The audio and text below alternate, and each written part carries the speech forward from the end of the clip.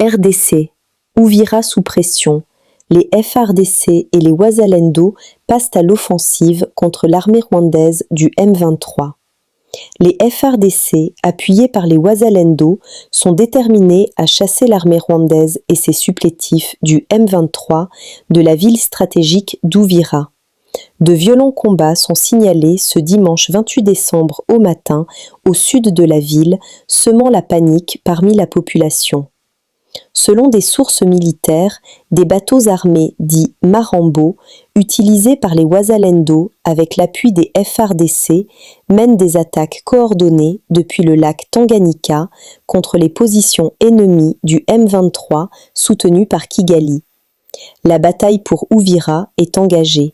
La résistance congolaise tient bon. Les rebelles rwandais du M23 contrôlent la ville d'Uvira jusqu'à Kigongo. Les forces armées de la RDC confirment la reprise totale de Makobola 1 et Makobola 2. L'ennemi est repoussé. Les combats sont désormais contenus à environ 7 km d'Uvira. Uvira tient bon. La riposte continue. Soutien total à nos FARDC, défenseurs de l'intégrité territoriale.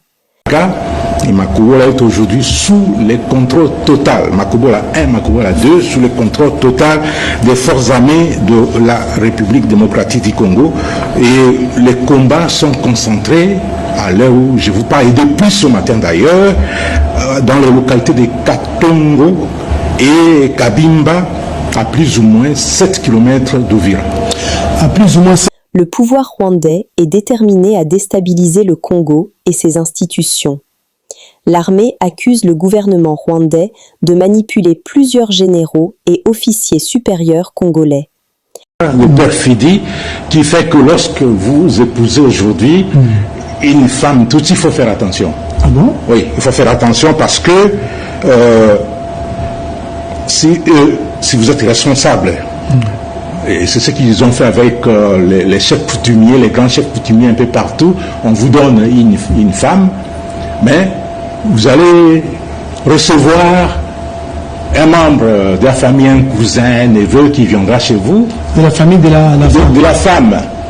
Et on va vous présenter comme le neveu et le cousin, alors que ce n'est pas un neveu, ce n'est pas un cousin, c'est la personne qui viendra faire les enfants avec votre épouse à la maison. Et on vous dira que non, les enfants naissent Tutsi comme des Tutsis parce que la race Tutsi est supérieure, alors que c'est une perfidie. C'est toujours la perfidie, Ubwenge, inculquée même chez les femmes Tutsis. Effectivement. Là, c'est très dangereux. Moi, je voulais-vous dire que les Rwandais aujourd'hui sont capables de tout, parce que vous parlez de Ubwenge, on est en train d'inculquer le mensonge, la perfidie, le non-respect des engagements aux tout petits, et quand ils grandissent, on assimile cela à de l'intelligence. Pensez-vous que le Rwandais ou le Rwanda aujourd'hui est capable de tout? Oui, le Rwanda est capable de tout. Et le pouvoir rwandais est déterminé à déstabiliser la République démocratique du Congo, à déstabiliser notre pays et ses institutions. Et c'est pourquoi j'interpelle tous les Congolais. À chacun d'avoir un œil regardant face à l'ennemi, car nous n'avons qu'un seul pays. Sylvain Ekenge.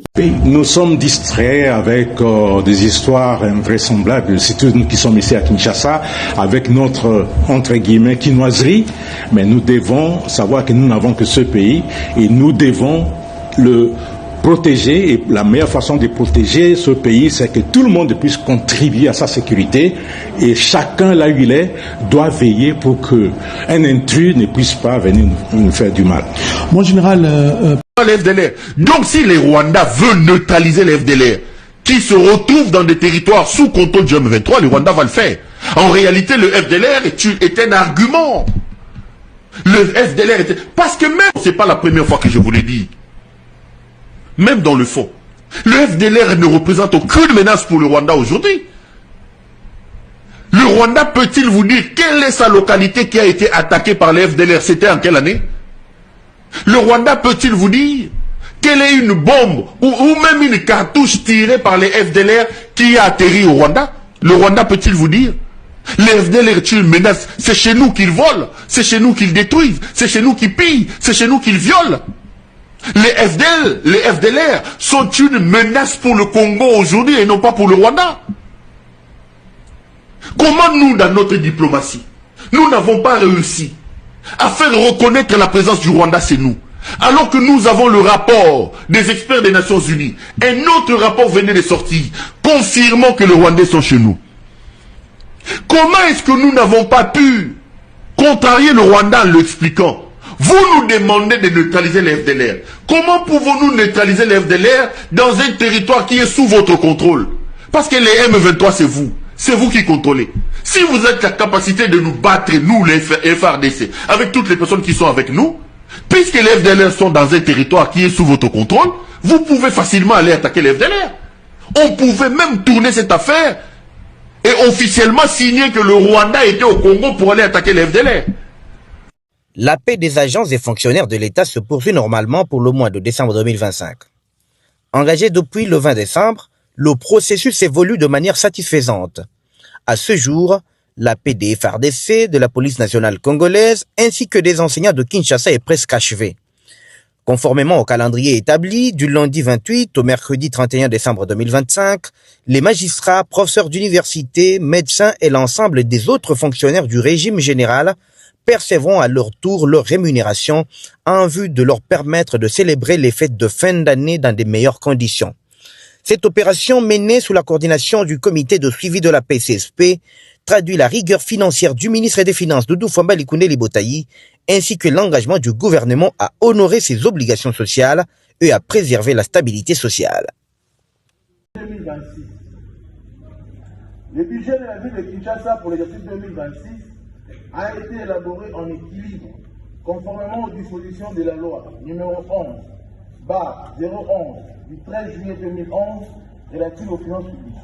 Il est arrêté tant en recettes qu'en dépenses à 3 223 567 945 514 francs congolais, soit environ 1111 milliards de dollars américains. Ah, les recettes. S'agissant du volet recettes du budget de la ville de Kinshasa pour l'exercice 2026, celles-ci sont arrêtées à 3 223 567 millions de francs congolais. Ces recettes se répartissent comme suit. Premièrement, les recettes courantes. Les recettes à caractère national sont arrêtées à 1180 884 millions de francs congolais pour l'exercice 2026. Deuxièmement, les recettes propres. Elles sont évaluées à 1215 589 millions de francs congolais en 2026. Elles se décomposent comme suit. Les recettes fiscales sont projetées à 187 197 millions de francs congolais. Les recettes non fiscales s'élèvent quant à lui à 28 394 millions de francs congolais. Troisièmement, les recettes en capital. Elles sont estimées à 294 milliards 143 millions de francs congolais en 2026 contre 190 milliards 244 millions en 2025, soit une augmentation de 103 milliards 893 millions de francs congolais correspondant à une hausse de 54,61%. Elles proviennent principalement du FONER pour un montant de 281 milliards 295 millions de francs en hausse de 63,60%. De la Caisse nationale de péréquation estimée à 12 milliards 848 millions de francs. Quatrièmement, des recettes exceptionnelles. Elles sont constituées de subventions du pouvoir central destinées à l'assainissement de la ville et sont arrêtées à 85 milliards 500 millions de francs congolais pour l'exercice 2026. Alors, cette donnée actualisée, cette enveloppe est reconduite au niveau de l'exercice précédent dans l'attente d'un décaissement régulé permettant la poursuite des opérations d'assainissement. Cinquièmement, les recettes extérieures. Celles-ci issues des dons et appuis extérieurs liés au projet sont évaluées à 100 milliards 334 millions de francs congolais pour l'exercice 2026. Enfin, les recettes des budgets annexes. Elles sont estimées à 347 milliards 116 millions de francs congolais en 2026 contre 309 milliards 797 millions en 2025, soit une augmentation de 37 323 millions de francs congolais, correspondant à une hausse de 12,05%. Ces recettes proviennent des services et organismes publics provinciaux bénéficiant de l'autonomie financière, conformément à l'article 169 de la loi numéro 11/011 du 13 juillet 2011 relative aux finances publiques. Les dépenses. S'agissant. Nous sommes arrivés à la fin de cette édition. Merci à vous de nous avoir suivis jusqu'ici. Si vous avez apprécié ces contenus, n'oubliez pas de vous abonner à notre chaîne, d'activer la cloche de notification pour ne rien manquer de nos prochaines vidéos. Likez et partagez cette vidéo. On se retrouve très prochainement. À bientôt.